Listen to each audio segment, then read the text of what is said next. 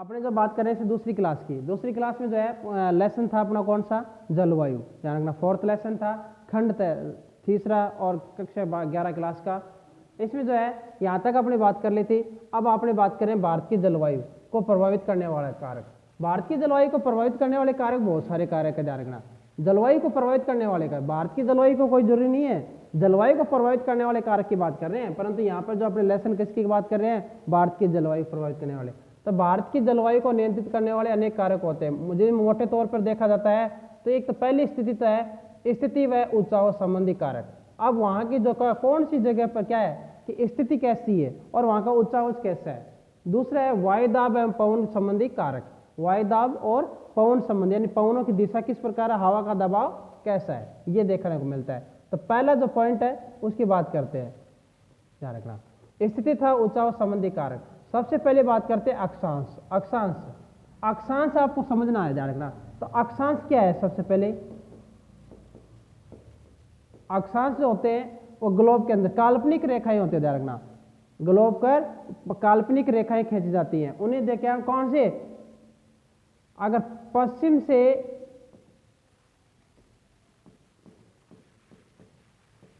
पूर्व की ओर, ध्यान रखना, की ओर खींची जाने वाली जो रेखाएं होती हैं उनको क्या कहते हैं, अक्षांश रेखाएं कहती हैं। ऐसे ये रेखाएं कौन सी हैं, अक्षांश रेखाएं, ध्यान रखना। तो इन रेखाओं की जो बात करें, ऐसी जो रेखाएं खींची जाती है ग्लोब पर, जो ये रेखाएं खींची जाती है उनको क्या कहा जाता है, अक्षांश रेखा कहा जाता है। इन अक्षांश रेखाओं के अंदर जो बात कर रहे हैं अपने, अक्षांश कौन सी इसमें कितनी होती हैं, तो ये होती है, ध्यान रखना, सबसे पहले जीरो की बात करते हैं और जीरो से बाद में ऐसे चलती हैं, इधर भी जीरो से ऐसे चलती हैं। तो जीरो की बात करते हैं, जीरो लाइन ये हो गई और इसके बाद में 30, 60 और 90 डिग्री। तो इधर भी 30, 60 और 90 डिग्री। तो 30, 60, 90, तो कितना हो गया, 90 plus 90 degree plus 90 degree plus 1 degree बराबर कितनी हो गई, 181 डिग्री हो गया। तो एक अक्षांश रेखाओं का कुल योग कितना होता है, 181 डिग्री होता है, ध्यान रखना। कितना होता है, 181 डिग्री होता है। तो अक्षांश की स्थिति, तो अक्षांश जो है वो हर जगह का अलग अलग होता देखने को मिलता है। तो बात करते हैं आप भारत की जलवायु मुख्य या जो बात करते हैं अक्षांश की जो बात कर रहे हैं, इसमें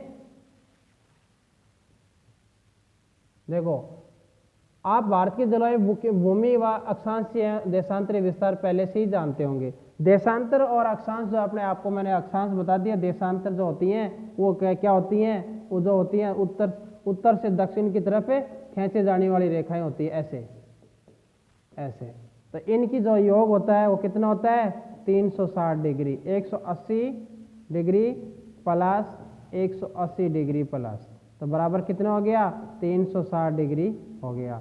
तो देशांतर रेखाओं का कुल योग कितना होता है, 360 डिग्री। परंतु अपने भारत की बात कर रहे हैं, ये अक्षांश और देशांतर किसकी बात कर रहे हैं, भारत की बात कर रहे हैं। भारत का जो अक्षांश और देशांतर कितना है वो आपको बता देता हूं। भारत का अक्षांश और देशांतर कितना है, तो भारत का अक्षांश और देशांतर जो है वो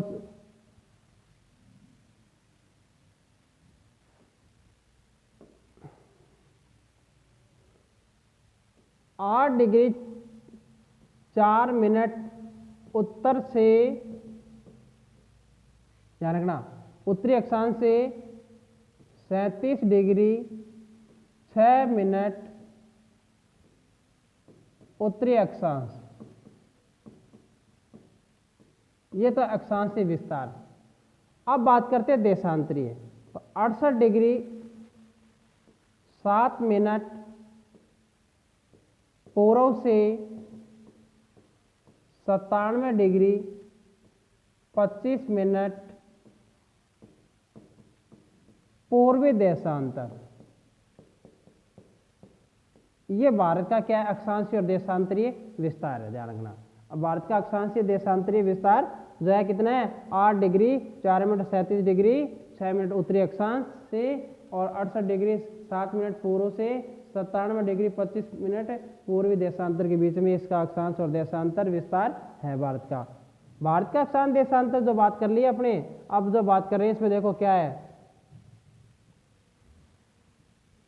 कर्क रेखा पूर्व पश्चिम दिशा में देश के मध्य भाग से गुजरती है। अब जो कर्क रेखा जो भारत के मध्य भाग से गुजरती है, ध्यान रखना मध्य भाग में, तो दो भागों में बांट देती है कर्क रेखा भारत को, कितना जो, अब बात करते हैं इसमें उत्तरी भाग तो है शीतोष्ण कटिबंध में आता है, किसमें, शीतोष्ण कटिबंध में, उत्तरी भाग तो किस में आता है, शीतोष्ण कटिबंध में, ध्यान रखना। और कर्क रेखा के दक्षिणी भाग जो है वो किस में आता है, उष्ण कटिबंध में आता है, दोनों भाग। तो उष्ण कटिबंध जो है, मध्य जो है उष्ण और शीतोष्ण जो पाठ करते हैं, तो यहाँ का सारा जल जो है सारा साल ऊंचे तापमान तक, कम दैनिक वार्षिक तापांतर अनुभव करता है। कर्क रेखा से उत्तर में स्थित भाग में जो क्या है, भूमध्य रेखा से उत्तर में के कारण दैनिक वार्षिक तापमान में विषमता देखने को मिलती है। दूसरा पॉइंट जो बात करते हैं अपने इसमें, हिमालय की स्थिति। हिमालय की स्थिति, हिमालय की स्थिति जो है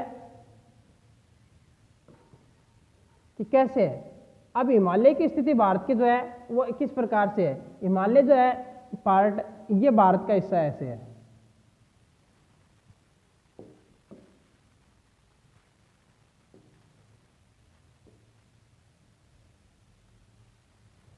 अब भारत का हिस्सा जो इस प्रकार से जो है आपको देख,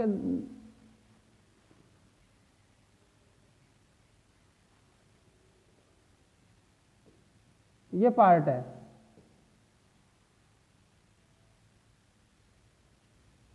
अब यहां पर जो है हिमालय पार्ट है इस प्रकार से 3 श्रेणी में फैला हुआ है। तो हिमालय जो है भारत के किस में, उत्तर में है, उत्तर की ओर पूर्व की तरफ ऐसे फैला हुआ है, उत्तर पूर्व की तरफ। देखो उत्तर में हिमालय अपने सभी विस्तारों के साथ एक प्रभावी जलवायु विभाजित करता है, यानी कि जलवायु को 2 भागों में बांट देता है हिमालय, जो उत्तर भाग जो है हिमालय पर्वत है। यहाँ पर जो है ऊंची पर्वत श्रृंखलाओं में है, ऊंची ऊंची पर्वत श्रृंखलाएं उत्तरी हिमालय के अंदर, हिमालय 3 श्रेणी में, तो उत्तरी हिमालय के अंदर 3 जो है सबसे ज्यादा जो है ऊंची ऊंची पहाड़ियां सभी है उत्तरी हिमालय के अंदर आती हैं, उत्तरी पवनों से जो आती हैं। अब कहने का मतलब उत्तरी पवन उत्तर की तरफ से, यानी साइबेरिया की तरफ से, रशिया की तरफ जो उत्तर की तरफ से जो हवाएं आती है, ठंडी हवाएं, उनको क्या करता है ये हिमालय पर्वत क्या करता है, रोकता है। और हिमालय पर्वत रोकने के कारण जो है वो हमारे जो है ठंडी हवाओं से रक्षा करता है, जिसके कारण जो है भारत के जो उत्तरी भारत में जो है ठंड ज़्यादा नहीं होती, और हिमालय पर्वत रोकने की वजह से, ध्यान रखना, वहाँ पर ही बर्फ जम जाती है। जो साथ में पवनों, उत्तरी पवनों विभेद कर जमा देने वाली ठंड पड़ने से उनकी ध्रुव से निकट पैदा हो जाती हैं। मध्य तथा पूर्वी एशिया में जो बात करते हैं आर पार बहती हैं, क्योंकि वहाँ पर हिमालय पर्वत जो है पर्वत नहीं है। मध्य और जो बात करते हैं पूर्वी एशिया के अंदर आर पार बहती हैं, जो ठंड ज़्यादा पड़ती है। हिमालय पर्वत मानसून पवनों को रोककर उप महाद्वीप में वर्षा का कारण बनता है। अब हिमालय पर्वत जो है क्या है, मानसून पवन, यानी जो बात कहते हैं कि मानसून प्रारंभ होता है गर्मियों में, अपने जो मानसून होता है जून जुलाई के लगभग आता है, तो ऐसे जो हवाएं जो है इस प्रकार से चलती है और ये हिमालय पर्वत से टकराती है। हिमालय पर्वत से टकराने के बाद में जो हवाएं जो है, पवने जो है, मानसून 2 भागों में बढ़ जाता है, एक तो पूर्व की तरफ चल जाता है और एक पश्चिम की तरफ चल जाता है, उत्तर पश्चिम की तरफ, जो पूरे भारत में लगभग इस प्रकार जो अपने राजस्थान तक बरसात करने में सहायक होती हैं। तो इसके कारण जो है पूरे भारत में जो बरसात होती है, तो ये भी एक हिमालय जो है वो एक है, रक्षा भी करता है ठंडी पवनों से, साथ में क्या है जो अपने क्या नाम है मानसून को भी रोकता है, ये भी एक कारण है। दूसरी जो बात कर रहे हैं अपने इसमें स्थल और जल का वितरण। अब जल और स्थल का वितरण, भारत के दक्षिण में 3 ओर, भारत के दक्षिण में 3 ओर जो हिंद महासागर है, एक तो देखो हिंद महासागर नीचे है, उत्तर में जो है हिमालय, उत्तर की ओर देखा जाता है तो जो हिंद महासागर, उत्तर की ओर देखा तो ऊंची अवस्थित पर्वत श्रेणी है। स्थल की अपेक्षा जल, जो आपको पता है कि जल जो है धीरे धीरे तो गर्म होता है और धीरे धीरे ही ठंडा होता है, और जो स्थल भाग है वो जल्दी गर्म हो जाता है और जल्दी ठंडा हो जाता है, देर से ठंडा होता है, ये देख बात करते हैं। उसके बाद भारत की जो कारण है, उप महाद्वीप में विभिन्न ऋतुओं में वायदा प्रदेश विकसित हो जाती हैं, वायदा में भिन्नता मानसून पवनों के उत्क्रमण का कारण बनती है। अब वायुदाब, हवा का दबाव, वायुदाब, हवा का जो वायुदाब की जो बात करते हैं अपने, तो जो तापमान, अगर बात करते हैं जहां पर तापमान ज्यादा होता है, तापमान ज्यादा, और तापमान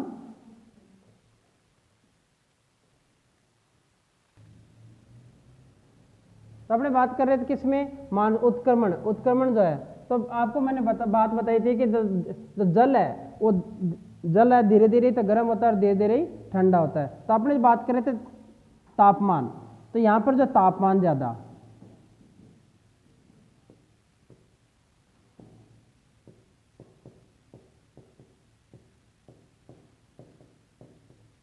और बात करते हैं, तो यहाँ पर तापमान अगर ज़्यादा है तो यहाँ पर जो तापमान है दूसरी तरफ कम। तो हवाएं जो होती हैं वो ध्यान रखना उच्च वायुदाब से निम्न वायुदाब की ओर चलती है, ध्यान रखना।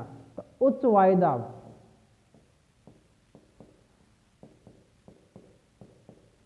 से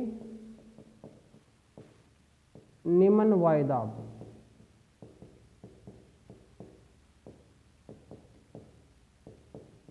और तो यहां जो है वायुदाब की बात करते हैं, तो जहां पर उच्च वायुदाब रहेगा तो वहां पर जो है उच्च वायुदाब से निम्न वायुदाब की ओर।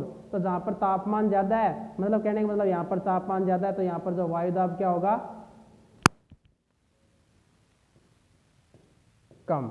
और यहां पर तापमान कम है तो यहां पर ज्यादा।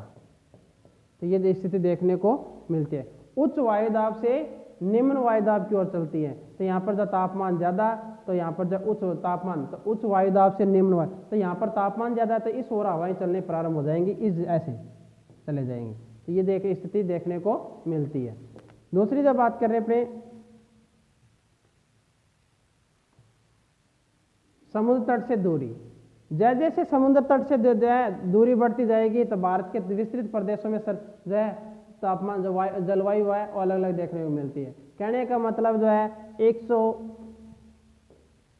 समुद्र से अगर बात करते हैं जो धरातल का जो पार्ट है ऐसे, तो यहाँ से जैसे जैसे ऊपर की तरफ ऊंचाई की तरफ जाते हैं तो 165 मीटर की जो हाइट पर 1 डिग्री सेल्सियस तापमान क्या हो जाता है, कम हो जाता है। तो समुद्र से जैसे जैसे ऊंचाई बढ़ती जाएगी तापमान क्या होता जाएगा, कम होता जाएगा। तो ये समुद्र तट से दूरी की बात कर रहे हैं। तो ये जो है जलवायु में परिवर्तन, भारत के अंदरूनी भाग में समुद्र समकालीन समुद्र के जो है वंचित रह जाते हैं, ऐसे क्षेत्रों में विषम जलवायु पाई जाती है। देखो यही कारण है कि मुंबई व कोंकण तट के निवासी तापमान विषमता व ऋतु परिवर्तन का अनुभव नहीं कर पाते। कारण क्योंकि यहाँ पर तापमान पूरे साल भर एक जैसा ही रहता है।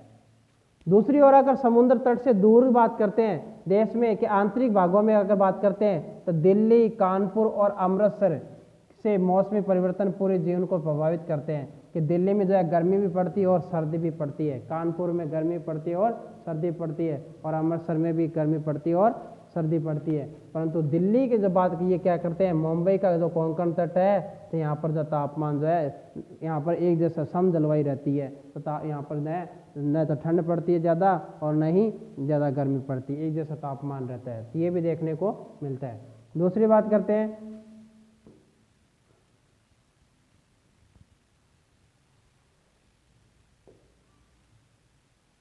समुद्र तल से ऊंचाई। ऊंचाई के साथ तापमान घटता विरलवा का फैल जाता है और परिवर्तन देखने को मिलता है। उदाहरण के तौर पर देखा जाता है आगरा और दार्जिलिंग एक ही अक्षांश पर स्थित है। कहने का मतलब आगरा और जो दार्जिलिंग है वो एक ही अक्षांश पर ऐसे ऐसे कौन कौन सा, आगरा और दार्जिलिंग पहाड़ियों पर। अब यहाँ पर एक ही अक्षांश पर स्थित होने के कारण क्या होता है कि आगरा का जो तापमान है वो 16 डिग्री सेल्सियस है, जबकि दार्जिलिंग का जो तापमान है वो कितना है, 4 डिग्री सेल्सियस है। ये कारण क्या है, क्योंकि यहाँ पर जो है आगरा जो है वो मैदानी भाग में है। आगरा क्या है, मैदानी भाग के अंदर है, और दार्जिलिंग क्या है, वो पहाड़ी क्षेत्र है। क्या है, पहाड़ी। तो यहाँ पर जो पहाड़ों पे जो ऊंचाई की वजह से जो है एक ही अक्षांश पे होने की वजह से भी ऊंचाई की वजह से यहाँ पर जो तापमान है वो 4 डिग्री सेल्सियस के लगभग होता है, ध्यान रखना। उच्चाउच, भारत का भौतिक स्वरूप अगर बात करते हैं, भारत का उच्चाउच जो है वो भी वायुदाब, तापमान, पवनों की गति और दिशा, ढाल की मात्रा, ये भी इनको प्रभावित कर वितरण को प्रभावित करता है। जैसे उदाहरण पर जून जुलाई के बीच पश्चिमी घाट से असम के पवनों ढाल अधिक वर्षा प्राप्त होती है। पश्चिमी घाट में जो असम की जो बात करते हैं तो यहाँ पर बरसात ज़्यादा, जबकि इसी दौरान पश्चिमी घाट के साथ लगे दक्षिणी पठार जैसे पवनाभिमुख होती है, पवनों की दिशा के विपरीत होते हैं, तो वहाँ पर कम बरसात होती है। ये देखने को मिलता है।